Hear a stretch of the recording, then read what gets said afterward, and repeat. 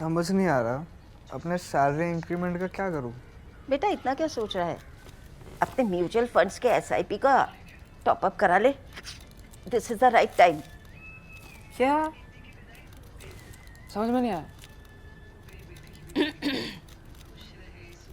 बेटा इतना क्या सोच रहा है? अपने म्यूचुअल फंड्स का एसआईपी टॉपअप करा ले। This is the right time. अब समझा।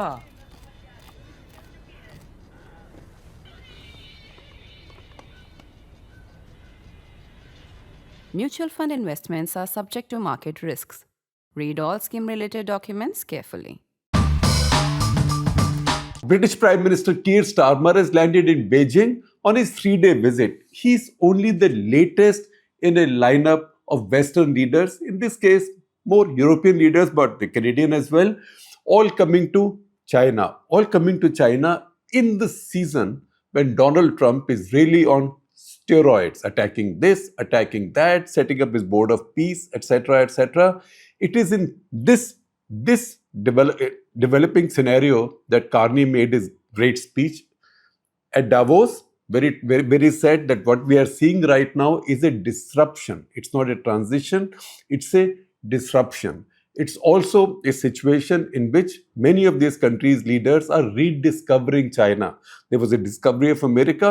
This is a Western rediscovery of China. Christopher Columbus may have gone to America in that period. In this case, all of the Western leaders, barring America, all of the Western leaders are coming into China. Even the Americans today under Trump have a different view of China, because even when I wrote that national interest last week, taking the cue from Mark Carney's speech, where he talked about the middle powers. Canada is a middle power. The big European countries are middle powers. India is a middle power. There are many other middle powers in the world. And he said middle powers either have to be on the table or they will be on the menu. When I talked about that in last week's national interest, I also forgot to mention that this middle power phenomenon was actually triggered by Donald Trump. I use the expression two hegemons for US and China, once again taking the cue from Carney's speech, because he has said that America was a hegemon which ensured this, that and the other. That was a virtuous hegemon in his view until it was virtuous. However, in today's situation, there are two hegemons. That's what I said. America and China. What I forgot to mention was that Donald Trump had already given us a name for this phenomenon. That was G2. That is when he was headed to South Korea for a summit with Xi Jinping in Busan. That is where some kind of a truce was declared. At least it was a trade truce. Both sides agreed that they'll keep talking and for about a year not do much damage to each other.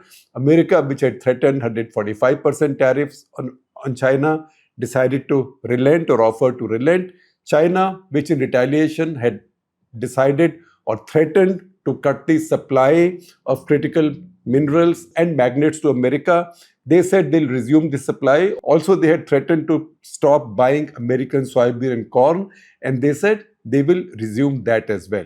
That is when the expression G2 came up. So you have G2 on the one side, and then you have the rise of the middle powers or anxieties of the middle powers, or middle powers discovery of each other and rediscovery of China. Discovery of each other was in play earlier this week in New Delhi. That's when the EU leadership was present here to fast forward this trade deal, which has been more than 20 years in the making.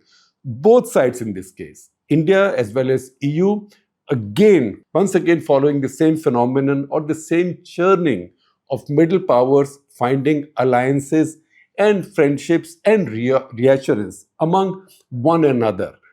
They did this, and following the same process now, the middle powers are also looking at the G2 in different ways. One of the G2 is hyperactive, that is Trump. One of the G2 is hyperactive, that's the US under Trump. So you don't have to start very much with him.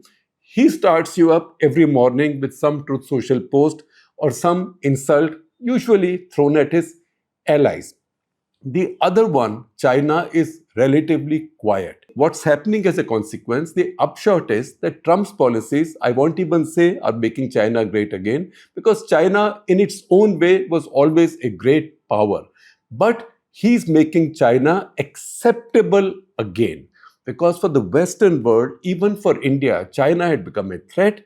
China had become a country that everybody had become wary of. There were these big trade imbalances. There were concerns about Chinese spying, Chinese information hunting, Chinese data hunting. Also, there was fear of using Chinese technologies. And definitely for many countries, China was seen to be a hostile power. That has begun to change, all thanks to Trump. So India repaired its relationship with China over the past year. I would also say that China repaired its relationship with India over the past year and a half, ever since Trump came in its latest avatar, because both big neighbors realized that this was not the time to fight amongst themselves, that there was a lot more shared, there was a lot more benefit right now in what they could do together instead of fighting. And the Chinese, in any case, when they want to fight India, they can fight through Pakistan. Now, because today's discussion, this episode of Cut the Clutter is sparked by Starmer's visit to Beijing, and Starmer also said it's in our national interest or UK's national interest to engage with China. Remember, just before this visit, he also gave a long pending clearance to the construction of a very large, oversized Chinese embassy in London, not far from the Tower of London. That is something that the British conservatives have worried about for a long time, saying that communication cables are passing close to this, the Chinese will eavesdrop, the usual suspicions. But he cleared that. Look at some data and some statements. Starmer comes into Beijing now. He is the first British Prime Minister to come to China after 8 years. Theresa May went to Beijing in 2018. He's taken with him 16 business leaders and cultural leaders, and he said, his statement, we are resolute about being outward looking and always being absolutely focused on our national interest. And he says his visit will bring benefits for people back home. And this visit comes just when the Daily Telegraph broke a story just a couple of days back that Chinese intelligence, according to their sources, Chinese intelligence was eavesdropping on the phones of the key aides at 10 Downing Street, both of Prime Minister Boris Johnson and Rishi Sunak. Now, just a day before that, Keir Starmer comes into Beijing on January 28. On Jan 27, on the day when EU leaders are in Delhi, Ursula von der Leyen and Antonio Costa are in Delhi, on the same day, the Finnish Prime Minister, Petri Orpo, is also in Beijing and meets Xi Jinping in Great Hall of the People. This is the first Finnish Prime Minister's visit to Beijing since 2017. I told you, remember that year, and that year will feature again as we go along. 13th to 17th January. I told you this is the season, or this is in fact the fortnight when top Western leaders of the world, except the US, leaders of the top Western middle powers have been making a beeline for Beijing. And meanwhile, the Vice President of European Commission, Kaja Kallas, who was also in Delhi earlier this week, she's also said that Europe is no longer Washington's center of gravity. This procession, who started this? This procession was started by Mark Carney, the usual suspect. 13th to the 17th January of this year. And it is from there that he headed to Davos, and that's where that speech came. He spent 3 days, 13th to the 17th January in Beijing. This was also the first visit by a Canadian Prime Minister to Beijing since 2017. And he also met Xi Jinping and Li Qiang, and then issued a joint statement starting a strategic partnership with China. That got Trump really triggered. And Trump said, if you have a trade deal with them, I will impose 100% penalties on you. That was a threat, but it was a much lighter threat than saying, I will make you my 51st state. That's how Trump operates. 2017, the year 2017, why is it significant? 2017, also early 2018, it is significant because January 2017 is when Donald Trump gets sworn in or is inaugurated president for the first time. And he starts increasing pressure on China and following his cue while the other Western world, European countries have been improving their relations with China, they all go into a freeze. That's why these visits take place in 2017. And that's why for the next 7 to 8 years, there was a freeze.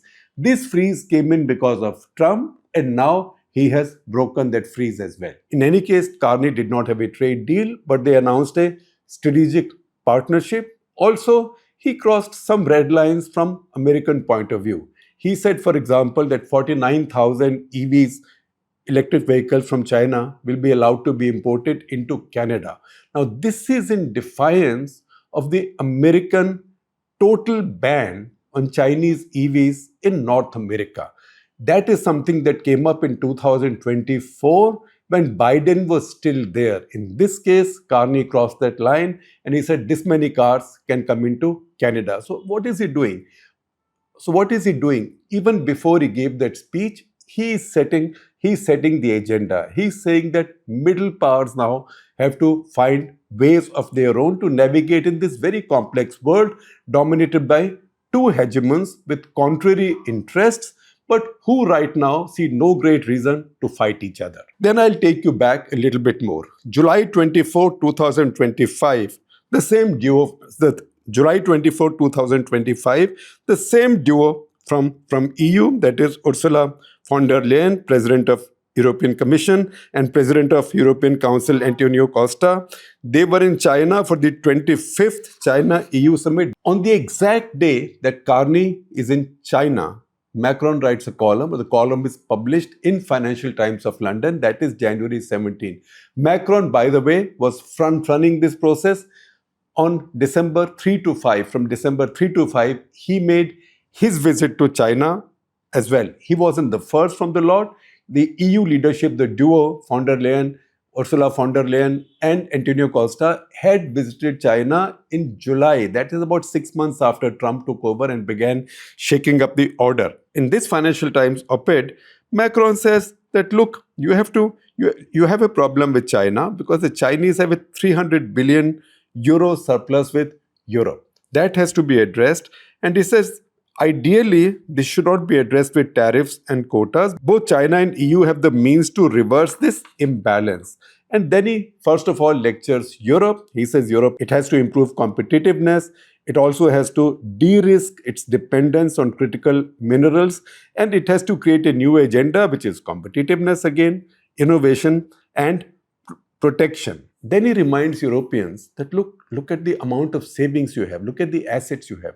You have 30 trillion euros in savings. A euro, by the way, is valued higher than the dollar. 30 trillion euros in savings.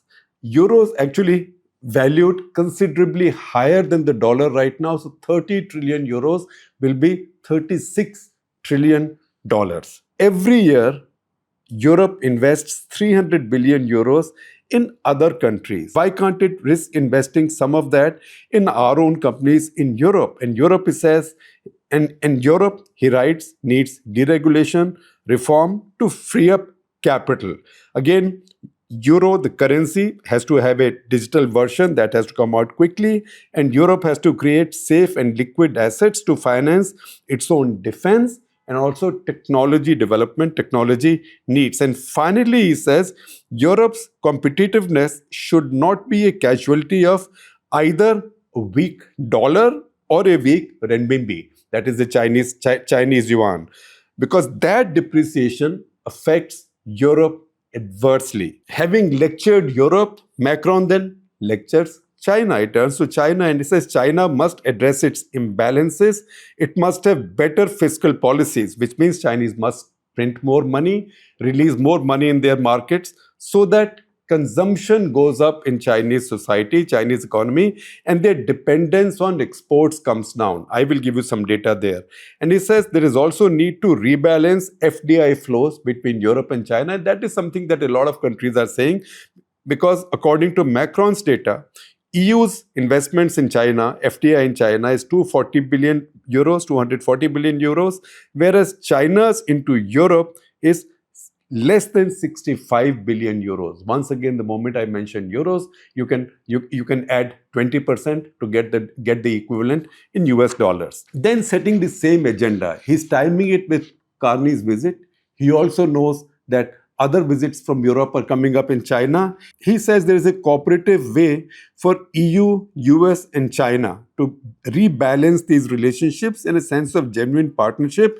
He says if that doesn't happen, then Europe will have to turn more protectionist, and he prefers cooperation. But if that doesn't work, he does not rule out, he will not oppose protectionism as well. That is a strong statement coming from Emmanuel Macron. I will now take you back to what Carney said, not in Davos, but in China. He said, and I quote, "The world has changed in recent years. Progress made with China sets Canada up," and I quote, "well for the new world order." So he's the one who's actually articulating this idea and leading this campaign that a new world order has now come in. And then he said something really interesting, in fact, cute also. He said, the China-Canada relationship or Canada's relationship with China is more predictable than with the US under Trump. So you know where everybody is coming from. The expression I used in that national interest last week was Trump Pidit Samaj, the Trump aggrieved or Trump victims society. That's exactly what Mark Carney is sounding like now. As we speak also, the Indian-Canadian relationship has thawed a great deal, and looks like we might even have a Carney visit to India in March. That's a dramatic turn from the years or the months just till the other day when Trudeau's government had burnt up Canada's relationship with India. All of this is happening, much of this is happening thanks to Donald Trump. In a couple of social media posts later, Carney said that Canada is recalibrating its relationship with China strategically, pragmatically, and decisively. Now, while everybody has pain with Trump in America, it's not as if they don't have any troubles or any arguments with China. And much of that argument today comes not so much from China's military strength, but China's trade surpluses. Now, the US increased tariffs, created some other barriers, so China's exports to the US have gone down this year in 2025. But data has just come out that tells us that Chinese overall export surplus is actually the highest ever, in spite of exports having gone down to America. China's export surplus for 2025 is $1.2 trillion, of which almost exactly 10% comes from India. So India is almost 10% of China's export surplus, about $110 billion. That is India's trade deficit or China's trade surplus with India. Overall, Chinese surplus is $1.2 trillion. Now for the month of December, as I look at data, this is 6.6% up over previous December. Imports were up 5.7%. Every month of the year, China exported much more than it imported. Its imports were flat for China. In 2025, exports have gone up by 5.5%. And that's how these additional surpluses have come in. In fact, China has increased its surpluses with all other regions, with EU, with ASEAN, with the rest of Asia, which includes India, with Africa, with Latin America. It's only with America that its surpluses have come down. One indication of that is also that this year, exports to America made only 11.1% of all of China's exports. In 2024, it was 14.7% of China's exports. But you know what?